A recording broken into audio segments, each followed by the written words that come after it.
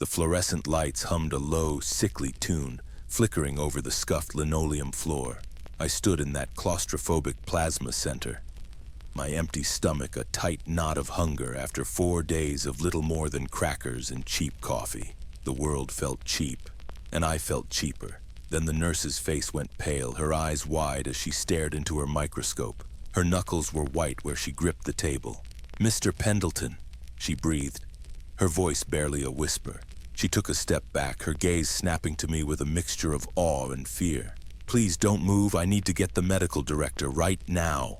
That was the moment everything split. The before, when I was just a broken man, and the after, when I discovered the impossible secret flowing in my veins. The air smelled of antiseptic and despair. My name is Arthur Pendleton, though most people called me Art. And just 8 months ago, I was the owner of Pendleton Precision Excavation, a company valued at over $12 million. We had projects spanning 5 states, specializing in sensitive sites where other firms wouldn't tread. I had a wife who loved showing off our lake house, a son in graduate school, and a future that seemed built on bedrock. But standing there, watching a young nurse named Chloe look at my blood sample as if she'd just found a new element on the periodic table, I was just another desperate, nearly 60-year-old man trying to pawn a part of himself for $50. "Sir, please, just stay right there," Chloe said, her hands trembling slightly as she reached for the phone on the wall. Her name tag was slightly crooked. She'd been patient with me, this kindly young woman, while I filled out forms that asked blunt, humiliating questions. "List all assets." I'd left it blank. "Primary reason for donation?" I'd written supplemental income. The most dignified lie I could manage. "Is there a problem with my blood?" I asked. My voice, rough with disuse and shame, cracked.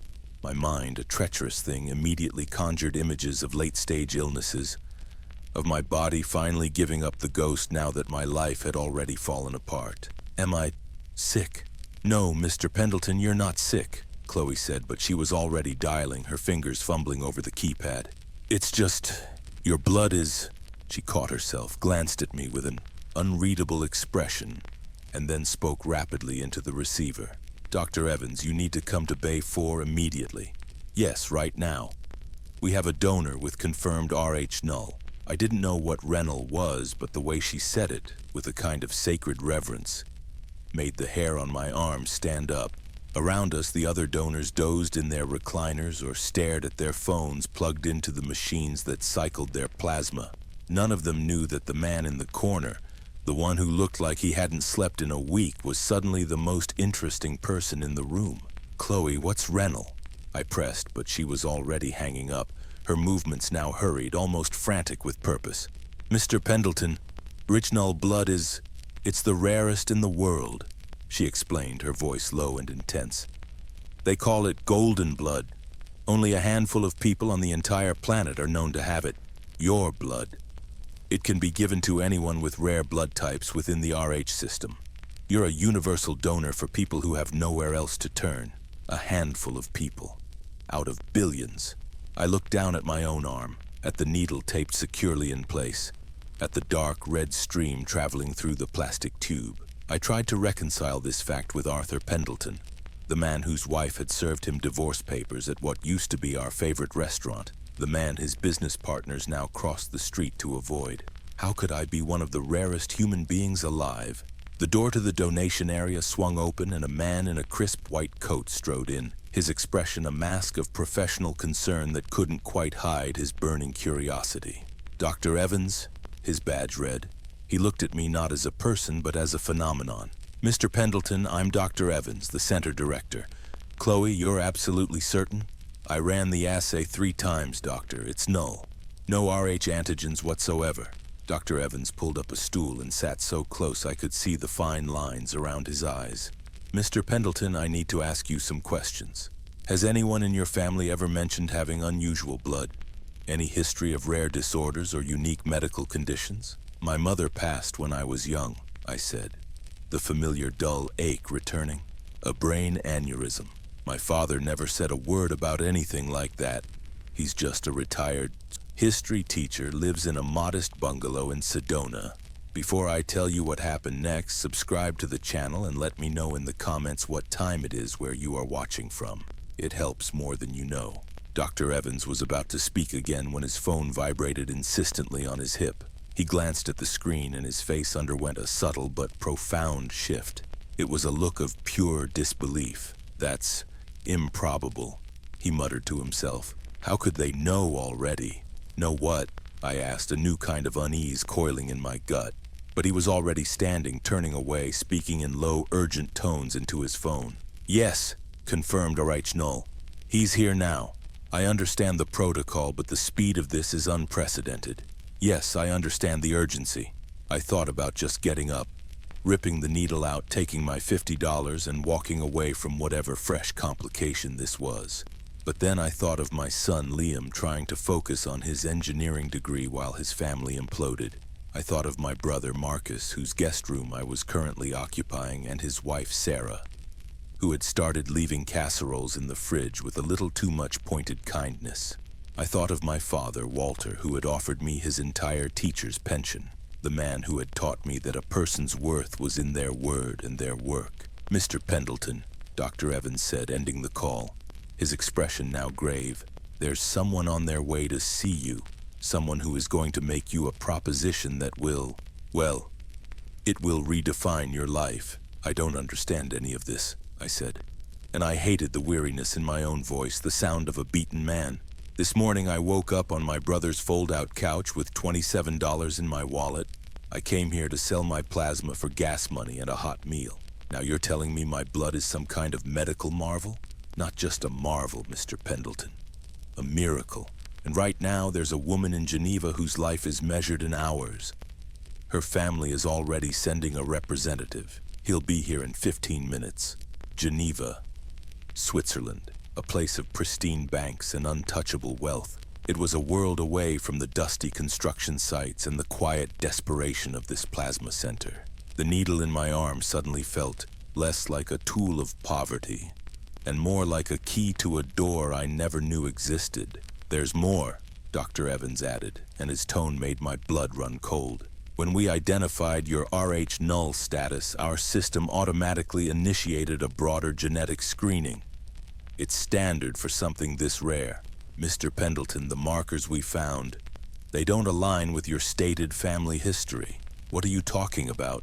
"I mean, your DNA shows a very specific hereditary line, one that's been extensively studied in Europe due to its unique physiological characteristics." Before I could demand a clearer answer, the main door to the center opened again. A man walked in, not in a suit, but in impeccably tailored casual wear that screamed quiet, unobtrusive wealth. He was in his 50s with sharp, intelligent eyes that scanned the room and locked onto me instantly. "Mr. Pendleton," the man said, his voice calm and accented with a subtle European lilt. "My name is Stefan Kraus. I represent the Duval family in Geneva. We need to talk about your blood, your past, and an offer that I suspect will sound like fiction, but I assure you it is profoundly, life-alteringly real." And that was when my old life ended, and the true one began. Not with the loss of my company or the collapse of my marriage or the day I hit rock bottom. It began in a worn-out recliner with a needle in my arm, the moment I learned that the very thing that could save me had been pulsing through my heart all along, waiting for me to become desperate enough to let it out. But nothing could have prepared Arthur for Stefan's next words, an offer of $3 million for his blood, and the shocking revelation that the dying woman in Geneva wasn't a stranger. She was his aunt. Arthur Pendleton could only stare, the European man's words hanging in the antiseptic air. The Duval family, Geneva, an offer that sounds like fiction. For a dizzying moment, the hum of the plasma machines and the chatter of a daytime talk show on the mounted TV faded into a dull roar. This morning, his biggest concern was stretching $27 until his next job interview. Now, a man who looked like he'd stepped out of a luxury watch advertisement was telling him his blood was a commodity in international demand. "An offer?" Arthur finally managed, his voice rough. "What kind of offer?" Stefan Kraus's eyes, a cool, assessing gray, flickered to Dr. Evans and then to Nurse Chloe. "Perhaps we could speak somewhere more private. This is a matter of some sensitivity." Dr. Evans, looking equally intrigued and overwhelmed, nodded. "Of course. My office. Chloe, please monitor the other donors. As Stefan helped Arthur disconnect from the plasma machine with a surprising gentleness, Arthur's mind raced. Geneva. The word alone conjured images of vaults and billionaires, a world so far removed from his current reality it might as well have been Mars. He followed Stefan and Dr. Evans into a small, cluttered office, the plastic chair he was offered groaning under his weight. "Mr. Pendleton," Stefan began, sitting opposite him and placing his leather folio on his knee. "The situation is this. Ilara Duval, the matriarch of the Duval family, is dying. She requires a complex cardiac procedure, but she has a rare blood condition. Without a sufficient reserve of Rh-null blood for transfusion, the surgery is impossible. She has less than 24 hours. I'm sorry to hear that," Arthur said, the automatic courtesy feeling absurd. "But what does that have to do with me? You said my blood is a universal donor for these rare types." "Precisely. You are quite literally the only compatible donor we have located in the Western Hemisphere. We have been searching for 3 years. Our jet is waiting at the regional airport. We are prepared to offer you $3 million for your immediate cooperation and a donation that will save Mrs. Duval's life." The number didn't just hang in the air, it detonated. $3 million. It was more money than he'd had even at the peak of his success. It was a number that could erase debt, secure Liam's future, and buy a freedom he thought he'd lost forever. It was an astronomical sum for something his body was supposedly giving away for $50 just minutes ago. This is insane," Arthur breathed, running a hand over his face. "You want to fly me to Switzerland? Today? For my blood? Time is the one commodity we cannot replenish, Mr. Pendleton. Every minute is critical." Dr. Evans, who had been silently observing, chose this moment to interject. "There's another layer to this, Arthur. The genetic panel I mentioned. The markers we found are consistent with a lineage known for this specific Rh-null phenotype. The Duval family has been genetically mapped for generations due to this very trait." Arthur looked from the doctor to Stefan, a cold dread seeping through the initial shock. "What are you saying?" Stefan's expression was unreadable, but his voice was soft. "Mr. Pendleton, the genetic evidence suggests that you are not merely a random match. You share a significant genetic heritage with Ilara Duval. The working theory is that your father, Walter, is not who he claims to be. We believe he was born Emile Duval, Ilara's younger brother, who disappeared from Geneva in 1975 after a philosophical disagreement with the family patriarch." "No." The word was a silent scream in Arthur's mind. His father, Walter Pendleton, the man who had taught him to appreciate the quiet wisdom of history, who wore flannel shirts and loved crossword puzzles, who had spent his life as a humble teacher. The image of him as some disinherited European scion named Emile was ludicrous, a bad movie plot. "That's impossible," Arthur stated, his voice firmer now, fueled by a defensive loyalty. "My father was born in Arizona. His parents were school teachers. He's never even been to Europe." "Have you ever asked him?" Stefan countered gently. "Have you ever seen a photograph of his parents? A birth certificate?" Arthur opened his mouth to retort, but stopped. The truth was, he hadn't. His father was a private man, his past a closed book. There were no childhood photos, no stories of grandparents. Arthur had always assumed it was because of the pain of losing his mother so young. Now that assumption felt naive. "Call him," Dr. Evans suggested softly, echoing the thought. "Ask him. The truth is only a phone call away." With hands that trembled slightly, Arthur pulled his old smartphone from his pocket. He felt the weight of both men's gazes as he scrolled to his father's number and pressed call. It rang twice before that familiar, calm voice answered. "Art, everything all right, son?" The concern was immediate, a father's instinct. "Dad," Arthur began, his throat tight, "I need you to be straight with me right now. Is your name... was it ever Emile Duval?" The silence on the other end of the line was profound. It wasn't the silence of confusion, but of a dam holding back 45 years of secrets. Arthur could hear his father's slow, measured breath, the one he took when he was about to deliver difficult news to a student. Finally, Walter Pendleton spoke, and his voice was different. Older, heavier, and laced with a ghost of an accent Arthur had never noticed before. "Where are you, son? And how did you hear that name?" Those two questions confirmed everything. The floor seemed to drop out from under Arthur. I'm at a plasma donation center, Dad. They found something in my blood. There's a man here from Geneva. He says Ilara Duval is dying. He says she's your sister. He heard his father sigh, a sound of immense weariness and surrender. Ilara, is she well? No, Dad, she's not. She needs my blood to live. They're offering $3 million. Walter let out a soft, humorless chuckle. Of course they are. The Duvals always believe money can smooth over any rift, even one as wide as an ocean. He paused. Art, listen to me. Go with them. Save Ilara. She is a good woman. The fight was never with her. Dad, I need the truth, all of it, and you will have it. But not over the phone. Go to Geneva, do this thing. And when you come home, I will tell you about Emile Duval and why I chose to become Walter Pendleton. Tell Ilara. Tell her that her brother never stopped loving her. He just chose to live. The line went dead. Arthur lowered the phone, staring at it as if it were a foreign object. The world had been tilted on its axis. Everything he knew about his family, his father, and himself was a carefully constructed fiction. He looked up at Stefan Kraus, who was watching him with a knowing patience. The man had been certain of the outcome before the call was even made. Are you ready, Mr. Pendleton? Stefan asked. Arthur Pendleton, the failed excavation tycoon, the man living in his brother's basement, took a deep breath. He was no longer just that man.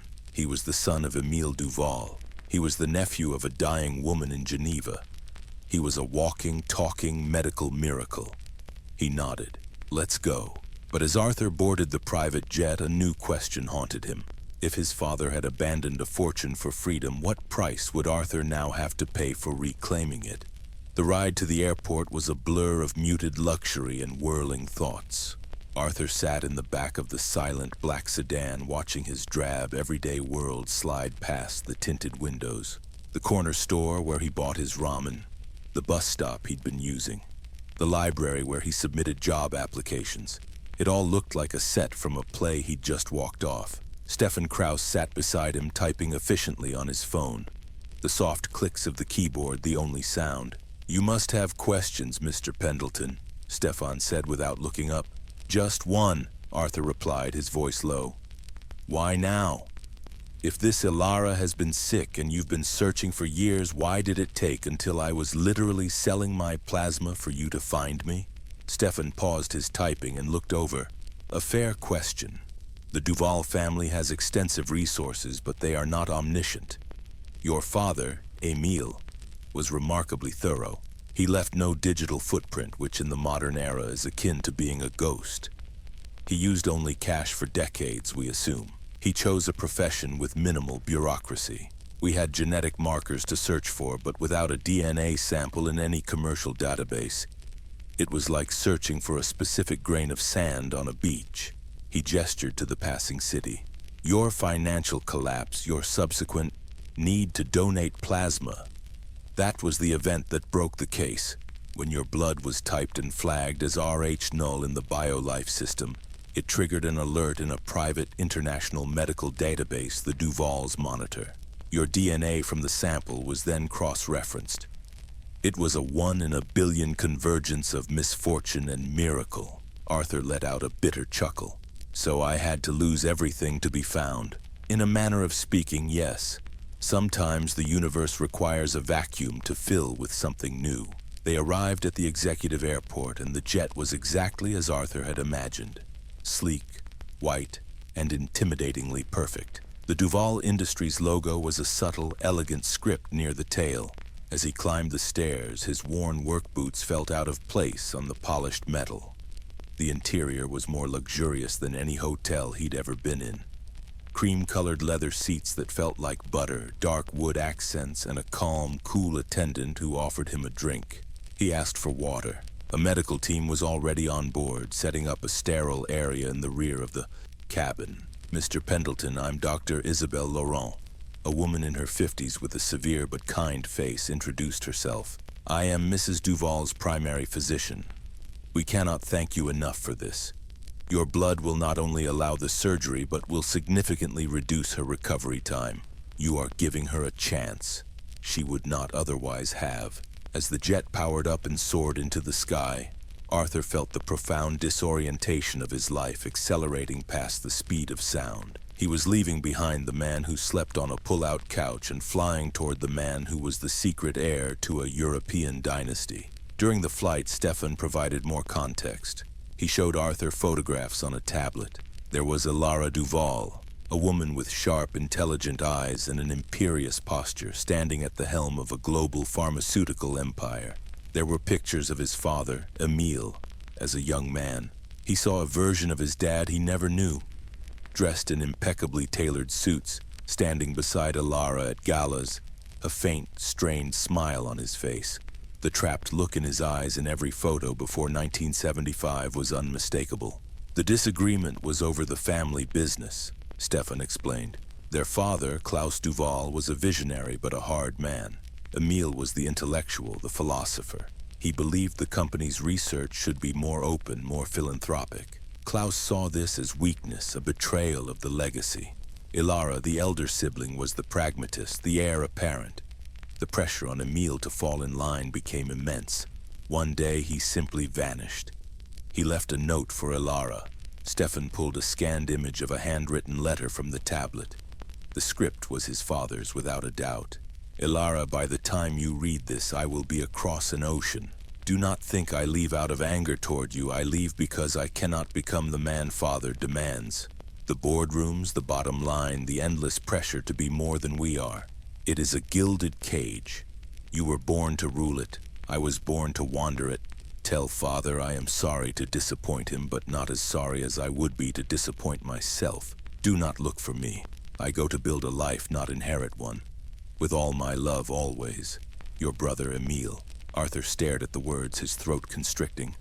He could hear his father's voice in every syllable. The man who had raised him to value integrity over income, to find joy in a well-told story rather than a well-stocked bank account. It all made a terrible, beautiful sense. Walter Pendleton hadn't been hiding. He had been living. They landed in Geneva as a light rain was falling. The hospital was a stunning modern facility overlooking Lake Geneva, more like a five-star resort. The efficiency was breathtaking. Within an hour of landing, Arthur was in a private room being prepped for the first transfusion. When they wheeled him into Ilara Duval's room for the procedure, he finally met his aunt. She was pale and seemed small against the stark white pillows, but her presence was immense. Her eyes, the same shade of intelligent blue as his father's, opened and fixed on him. "You have his chin," she said, her voice weak but clear, her English flavored with a French accent. "And his eyes. The Pendleton eyes, I suppose I should say." A faint smile touched her lips. "When Walter wrote to tell me of your birth, he said you were his greatest creation, greater than any fortune. He wrote to you?" Arthur asked, stunned. "A few times. On your birth. When he married your mother, when she passed. I never wrote back. It was the agreement. He wanted a clean break, but I kept his letters." She reached a frail hand toward his and he took it. Her grip was surprisingly strong. "Thank you for coming, Arthur. I know what this must cost you to have your world upended." "The money helps," he said, the pragmatic American in him surfacing. She smiled again, a real one this time. "Yes, I suppose it does, but you are here. That is what matters. Your father chose his path and it brought him you. How can I argue with that?" The transfusion began. As his blood, the liquid gold he never knew he possessed, flowed into her veins, they talked. She told him stories of Emile as a boy, brilliant, restless, always with his nose in a book about American history and wide open spaces. He told her about Walter, the patient teacher, the quiet, steadfast father who had never let on that he had once been someone else. The surgery was scheduled for the next morning. That evening, alone in his lavish hospital suite, Arthur called his son Liam. "Dad, where are you? Your location is saying Switzerland?" "It's a long story, Liam. A very, very long story. But the short version is, your grandfather has a past he never told us about, and it turns out our family is a lot bigger than we thought. Are you in some kind of trouble? Do you need me to come out there?" "No, son. For the first time in a long time, I'm exactly where I need to be." He paused, looking out at the lights of Geneva glittering on the lake. "And don't worry about tuition anymore, or anything else." But as Arthur prepared for his aunt's life-or-death surgery, A late-night visitor from the Duval board would reveal a chilling truth. Not everyone in the family was happy to see the long-lost heir return. The morning of the surgery, a hushed professional tension settled over the private wing of the hospital. Arthur watched from the periphery as a team of specialists moved with orchestrated precision around Ilara Duval. She was sedated, looking smaller and more vulnerable than the formidable woman he'd spoken with the night before. As they prepared to wheel her away, she gestured weakly for him to come closer.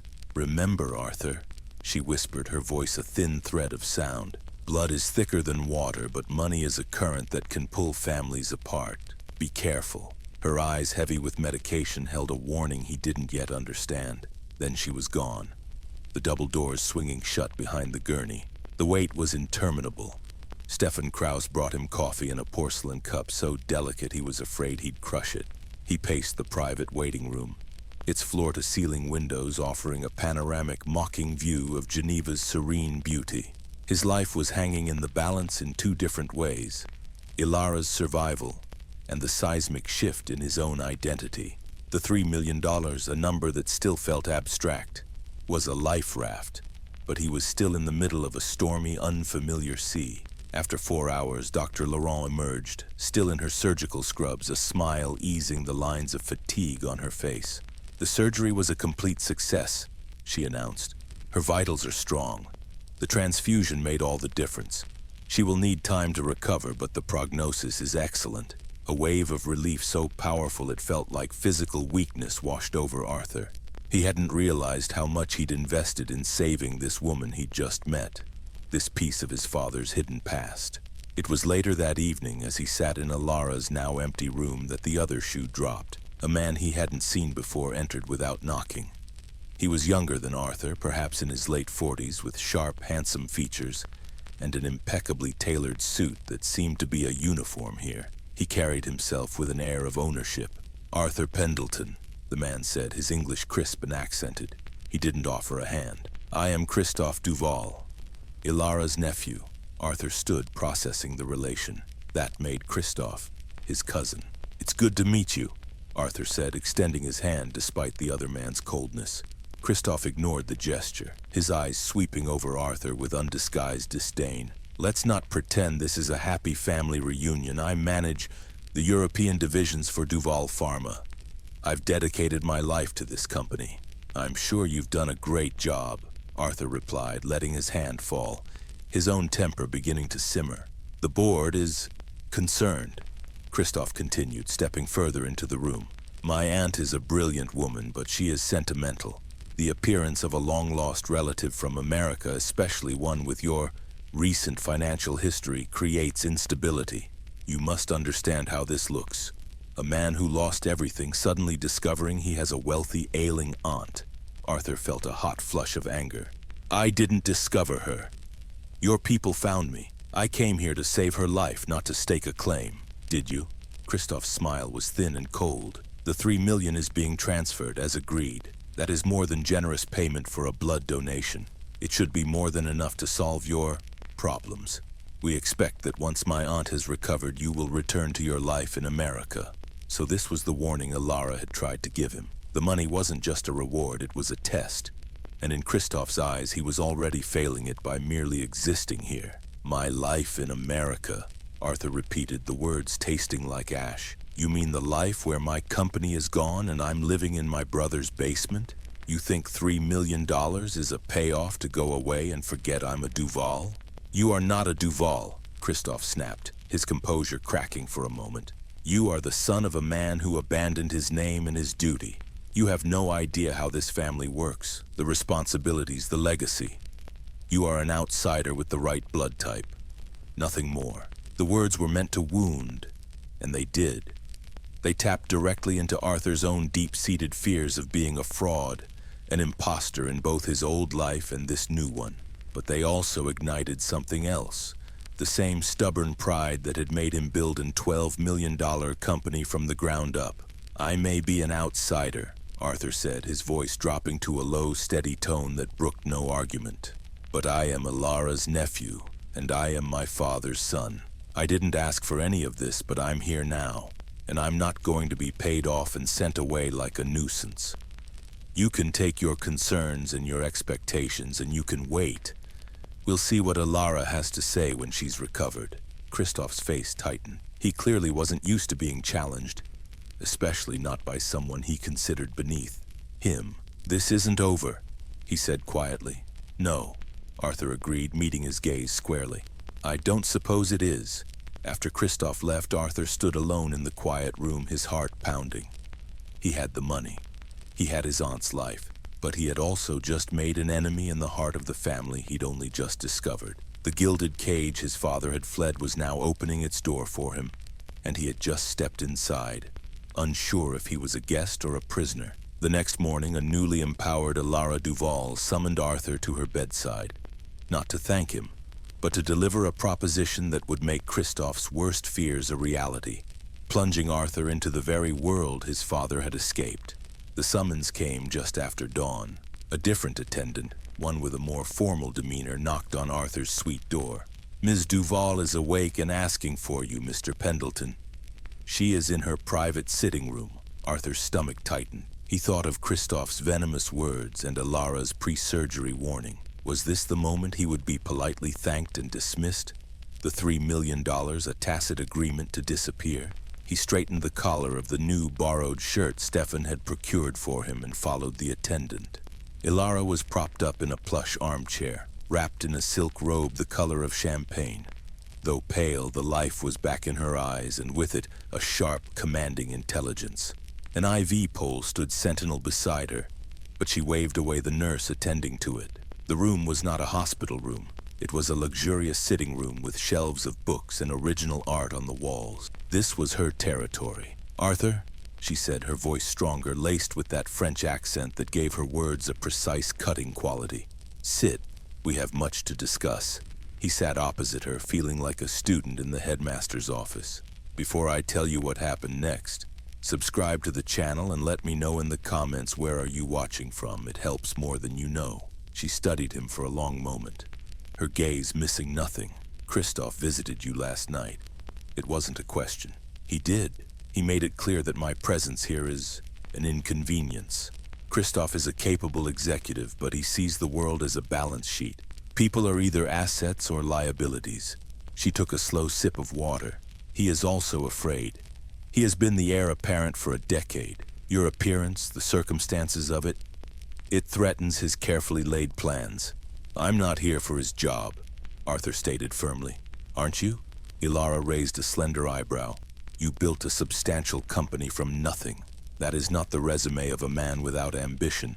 You have just been handed a key to a door few ever see. It would be unnatural not to wonder what lies behind it."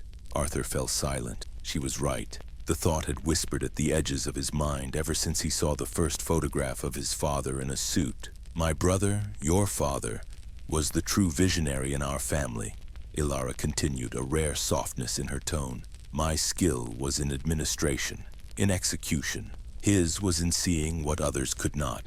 He believed our company's research into rare blood compounds could be leveraged for public good, not just private profit. My father saw that as a distraction. I was younger then.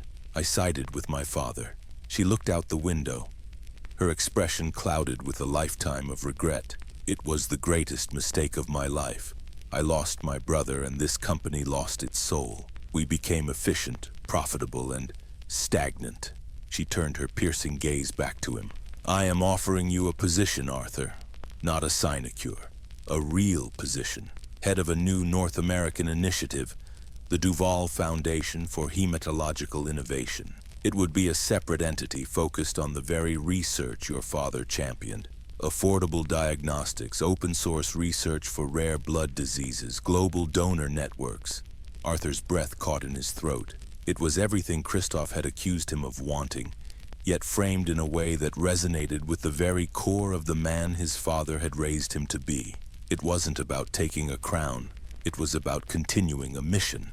"The board will never approve it," Arthur said, thinking of Kristoff's cold fury. "The board serves at my pleasure," Ilara said with a flick of her wrist, a gesture that spoke of absolute, unassailable power. I control 51% of the voting shares. What I say goes.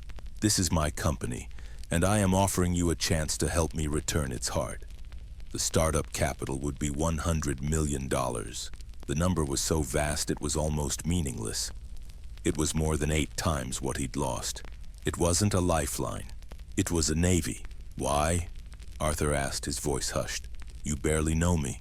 I know your blood, she said simply. And I see my brother's spirit in your eyes. You have his integrity and you have the practical mind of a builder. That is a combination this family has sorely lacked. This is not a gift, Arthur. It is a challenge. A chance to build something that matters, with resources you cannot imagine. To finish the work your father started. He thought of Liam, of the legacy he could now leave. Not just money, but a purpose. He thought of his brother Marcus, who could run the operational side. He thought of the plasma center and all the other people whose hidden value was never discovered. This was a way to change that. But he also thought of his father, Walter, who had chosen a quiet life of meaning over a loud life of luxury and power. Would this be a betrayal of that choice? As if reading his mind, Ilara added, Your father chose to leave. You are not him. You are being invited in. There is a difference. Arthur met her gaze, the weight of the decision pressing down on him. He was no longer just saving a life. He was being offered a destiny. I'll do it, he said, the words feeling both terrifying and right. A slow, triumphant smile spread across Ilara Duval's face. Excellent. But Arthur's agreement was the first move in a high-stakes game. Within hours, Christoph would make his countermove, launching a corporate war that would threaten to tear the Duval empire apart before Arthur could even step into his new office. Ilara's announcement was delivered not with a whisper, but with a thunderclap. A press release was issued from her hospital suite, drafted by her own hand and sent against the advice of her communications team. It heralded the launch of the Duval Foundation for Hematological Innovation, a $100 million philanthropic initiative, and the appointment of Arthur Pendleton, her nephew, as its founding director. The corporate world, and more specifically the board of Duval Pharma, reacted with seismic shock. Arthur's first taste of the coming storm was a barrage of emails to his new company account, a mix of congratulatory notes from distant departments and terse, formal meeting requests from board members he'd never met. The second was a visit from Stefan Kraus, whose usual composure was frayed at the edges. Mr. Pendleton, Stefan began, closing the door to Arthur's temporary office in the Duval headquarters. I must advise you that Christoph has called an emergency board meeting for this afternoon. He is challenging the allocation of capital and the creation of the foundation, citing corporate governance and your lack of qualifications. Arthur leaned back in the leather chair, the ghost of his old boardroom self stirring. My lack of qualifications? I built and ran a multi-million-dollar company for 20 years. In excavation, Mr. Pendleton, not in pharmaceuticals or non-profit management. That is his argument. He is also questioning the speed of this, implying undue influence on a recuperating CEO. He's saying I'm taking advantage of a sick woman, Arthur translated, the anger a cold, sharp stone in his gut. In so many words, yes, he has allies. Many on the board see the foundation as a $100 million diversion from shareholder value. Arthur stood and walked to the window, looking down at the precise, orderly city below.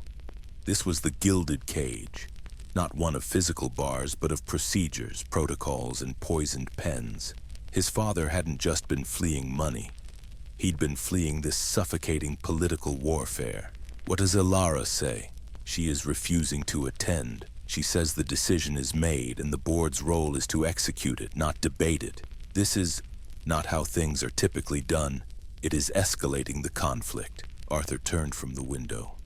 He felt a familiar clarity, the same he'd felt staring down a complex demolition project. The path was dangerous, but the objective was clear. Then I'll attend, Arthur said. Stefan looked alarmed. That is not advisable. Without Ilara there, they will tear you apart. They are wolves. I've dealt with wolves before, Arthur replied, thinking of the city officials and lawyers who'd picked over the carcass of his company. They're just wearing better suits. The boardroom was a cavern of polished ebony and cold light. 20 faces, mostly older, all severe, turned to him as he entered. Christoph sat at the center of the long table, a faint, cold smile on his lips. He had expected Arthur to hide. His appearance was a disruption. "Mr. Pendleton," Christoph began, not offering him a seat. "This is a private board meeting. You are not a member." "I am the subject of this meeting," Arthur said, his voice calm and carrying. The way he'd addressed his crews on a noisy worksite, and the newly appointed director of a Duval initiative. "I think I have a right to be here. Unless you're afraid of what I might say." A few board members shifted uncomfortably. Christoph's smile tightened. "Very well. We were just discussing the severe misallocation of resources this so-called foundation represents. Duval Pharma is a research and manufacturing company, not a charity. It was founded by a family with a rare blood condition to help others with the same," Arthur countered, meeting Christoph's gaze. "That sounds like a charity at its heart. Or have you forgotten that? Sentimentality has no place in a boardroom," a silver-haired woman snapped. "This foundation is a vanity project that will drain capital and focus from our core mission." "Your core mission is profit," Arthur said, turning to her. "My mission, the foundation's mission, is purpose. And from what I've seen, the two aren't mutually exclusive. My father believed that. Ilara believes that now. This foundation won't be a drain, it will be a beacon. It will generate goodwill, attract top research talent who want to work on meaningful problems, and open up new overlooked markets in diagnostic and treatment accessibility. That's not a cost. It's an investment in the brand's soul and its future." He walked slowly along the side of the table, making eye contact with each member. "You look at me and see an unqualified outsider. I look at you and see a group of people who have forgotten what this company's name stands for. I'm not here to take anything from you. I'm here to give you back the one thing you've lost, your vision." The room was silent. Christoph's face was a mask of fury. He had prepared for financial arguments, not a philosophical assault. "This is irrelevant," Christoph spat. "The vote is called. All in favor of halting the capital transfer and dissolving the foundation?" "I wouldn't do that if I were you." A new voice cut through the room from the doorway. Everyone turned. Ilara Duval stood there, leaning lightly on a polished cane, draped in a commanding black suit. She looked pale but utterly in control, her eyes sweeping the room like a laser. "If this vote passes," she said, her voice quiet but absolute, "I will use my majority stake to dissolve this entire board before the end of the business day. Do I make myself clear?" The silence was absolute. The power in the room had just realigned in an instant. Ilara's gaze landed on Christoph. "The foundation proceeds. Arthur leads it. This discussion is over." She then turned to Arthur. "A word, Director Pendleton." As Arthur followed her out, he didn't look back at the defeated board. He knew the war wasn't over. It had just begun.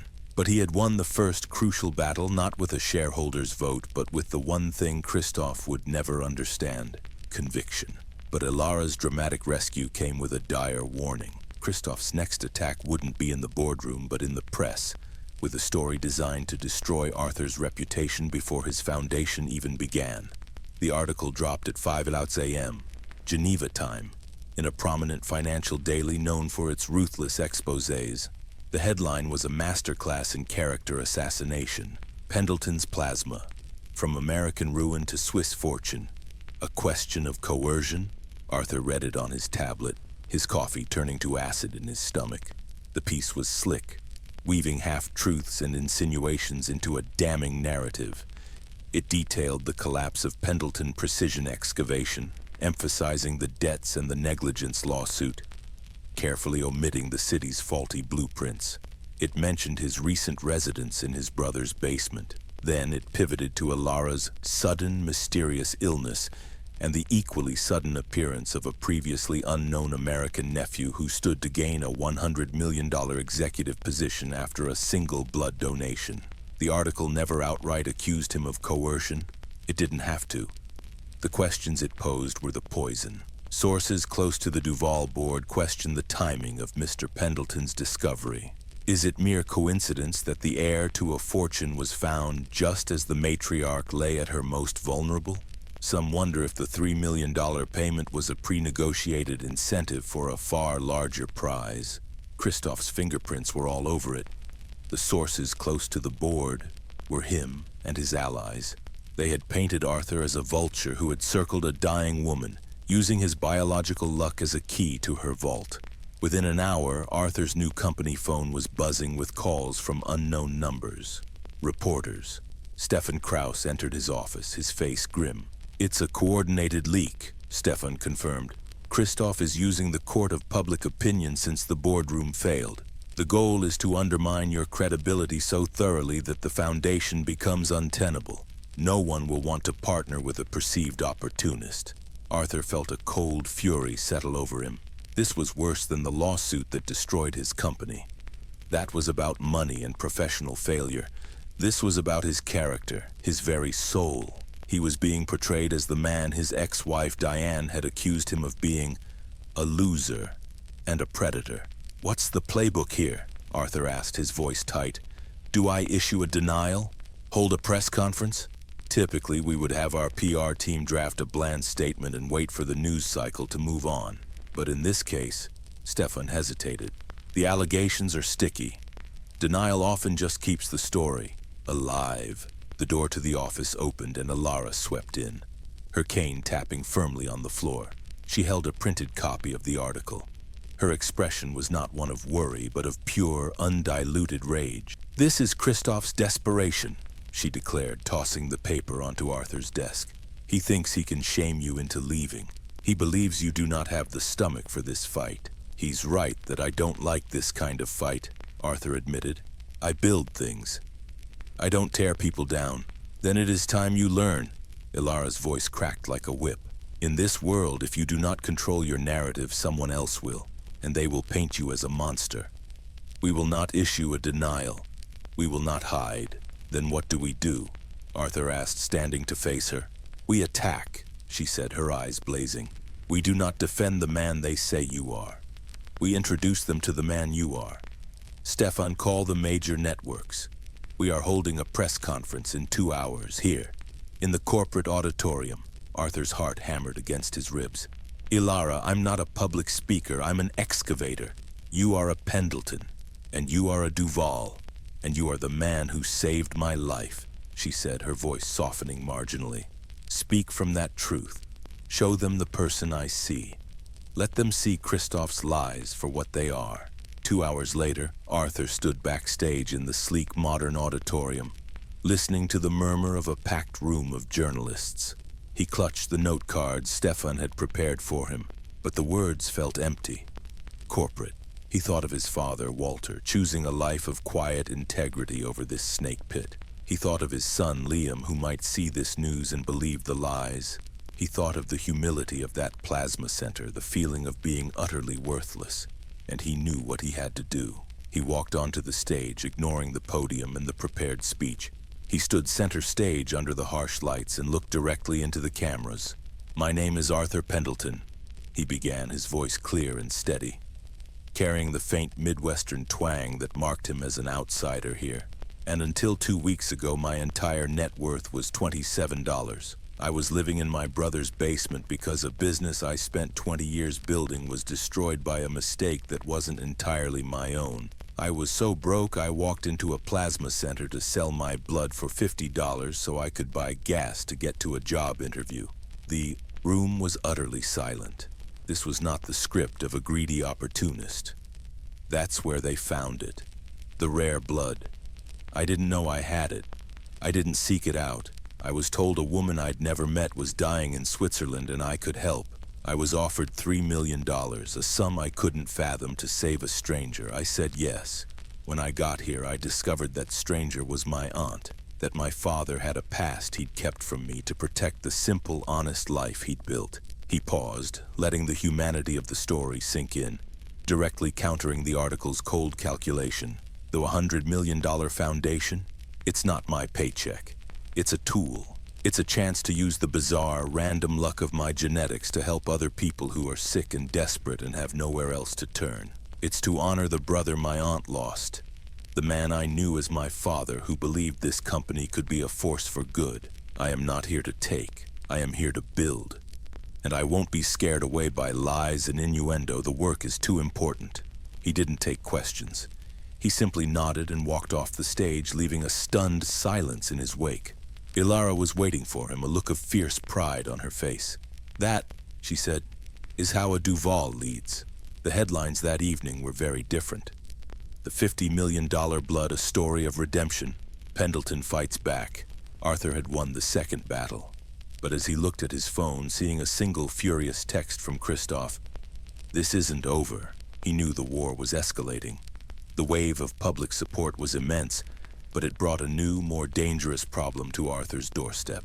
A shadowy figure from his father's past, who had been waiting decades for an opportunity like this, now knew exactly where to find Emile Duval's son. The wave of public support was a tangible force. News outlets, captivated by the story of the $1 million plasma donor, now framed Arthur as a modern-day hero, an everyman who had triumphed over adversity through a bizarre twist of fate and his own integrity. Donation offers and partnership inquiries for the foundation began flooding in. For a few days, Arthur felt a fragile sense of victory. It was shattered by a single unmarked envelope delivered to his Geneva hotel. Inside was a grainy, decades-old photograph of his father, Emile, standing with a man Arthur didn't recognize. They were outside a Swiss bank, their faces serious. Paperclipped to the photo was a note, written in a tight, precise script. "The past is not so easily buried.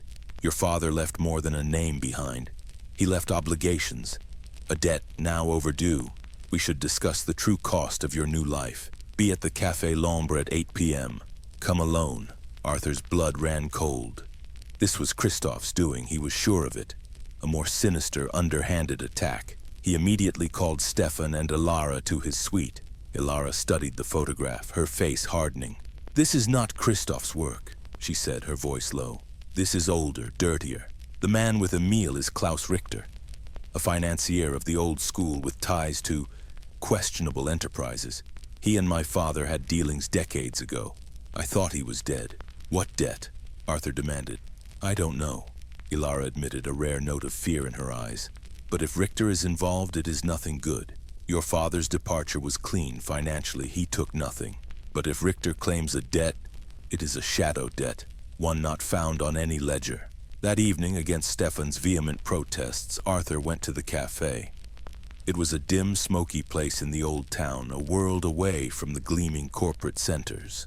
Klaus Richter was waiting in a corner booth, a man in his late 70s with the pallid, soft look of a creature that lived in the dark. Two hulking men sat at a nearby table. "Arthur Pendleton," Richter said, his voice a dry rustle. "Or should I say, Arthur Duval. You have your father's stubborn chin. He was an idealist, your father. He thought he could just walk away." "What do you want?" Arthur asked, remaining standing. "A simple business transaction. When Emile left, he broke a contract. A gentleman's agreement to merge our families through marriage. You, to my granddaughter. His departure cost me a great deal. Now you have inherited that debt. I propose two options. Option 1. You convince your aunt to grant my company exclusive preferential distribution rights for all Foundation pharmaceuticals in Europe. A 70-30 split in my favor. That would bankrupt the Foundation's mission before it started," Arthur said coldly. "Option 2? Richter smiled, a thin, cruel line. "Option 2. You pay the debt in full. The principal plus 45 years of interest, $150 million. Arthur laughed, a short, harsh sound. "I don't have that, but your aunt does. And she will pay it to protect her beloved brother's legacy and his son. The press, after all, is so fickle. A story about Emile's hidden debts, his son's financial pressure on an ill woman. It would undo all your recent good press, wouldn't it?" In that moment, Arthur understood the true nature of the cage. It wasn't just about boardrooms and money. It was about the ghosts of the past, the hidden traps laid long before he was born. He could run back to Ilara and she would likely pay, starting a cycle of blackmail that would never end. Or he could fight and risk destroying everything he'd just begun to build. He thought of his father, who had chosen freedom above all else. "There's a third option," Arthur said, his voice quiet but firm. "I walk out of here and you do your worst." Richter's smile vanished. "You are a fool. Like your father, maybe. But he died a free man. And I won't start my new life in chains. Arthur turned and walked out, half expecting to be grabbed by Richter's men. But the attack didn't come. It would be more subtle. He went straight to Alara and Stefan and told them everything. Instead of being angry, Alara looked resigned, then determined. This is my battle, Arthur. I will handle Richter. He is a relic. His power is in shadows. I will bring him into the light. But Arthur shook his head. No. This is my inheritance, and I'll handle it my way. He picked up his phone and called the one person he knew who could navigate this. Dad, I need you to tell me everything about a man named Klaus Richter. 2 days later, Arthur didn't send a lawyer or a counter-threat. He walked into the headquarters of Richter's holding company with a single old-fashioned briefcase. He was shown into Richter's opulent office. Have you come to your senses? Richter sneered. I have, Arthur said. He opened the briefcase and placed a single yellowed piece of paper on the desk. It was a carbon copy of a contract, signed by Klaus Richter and Klaus Duval, Ilara and Emil's father. My father didn't just leave a note for his sister, he took this. An insurance policy. It's the original merger agreement between Duval Pharma and your company, showing the side deals and kickbacks you arranged with my grandfather. Deals that would be highly illegal. Richter's face went white. The document was supposed to have been destroyed. My father was an idealist, Arthur said, but he wasn't a fool. He knew you'd come for the family one day. So he took this. I have the original. My aunt is prepared to release it to the financial authorities and the press. Your shadow debt against a piece of paper that would send you to prison for a very long time. I think we're square. Arthur turned and left. The silence in the office louder than any explosion. The victory was complete. Christoph, seeing Arthur systematically dismantle a threat he wouldn't have known how to handle, was finally, grudgingly, neutralized. The path was clear. Weeks later, Arthur stood on a construction site in Chicago, the first North American office of the Duval Foundation. His brother Marcus was his head of operations. His son Liam was interning for the summer. The past was not forgotten, but it no longer held him hostage. He had flown to Sedona and spent a week with his father, Walter, who had finally told him the whole story. There were tears, and there was forgiveness. The man was, and always would be, Walter Pendleton. But he was also finally at peace with Emile Duval. Arthur looked out at the rising steel structure, a symbol of his second chance, built not on sand, but on the solid bedrock of truth and choice. He had lost everything to find the one thing that couldn't be taken from him, who he truly was. As the foundation's walls went up, Arthur received a call from an unknown number, a doctor from the very plasma center where it all began. Mr. Pendleton, the voice said, we've found another one. What should we do? The story was far from over.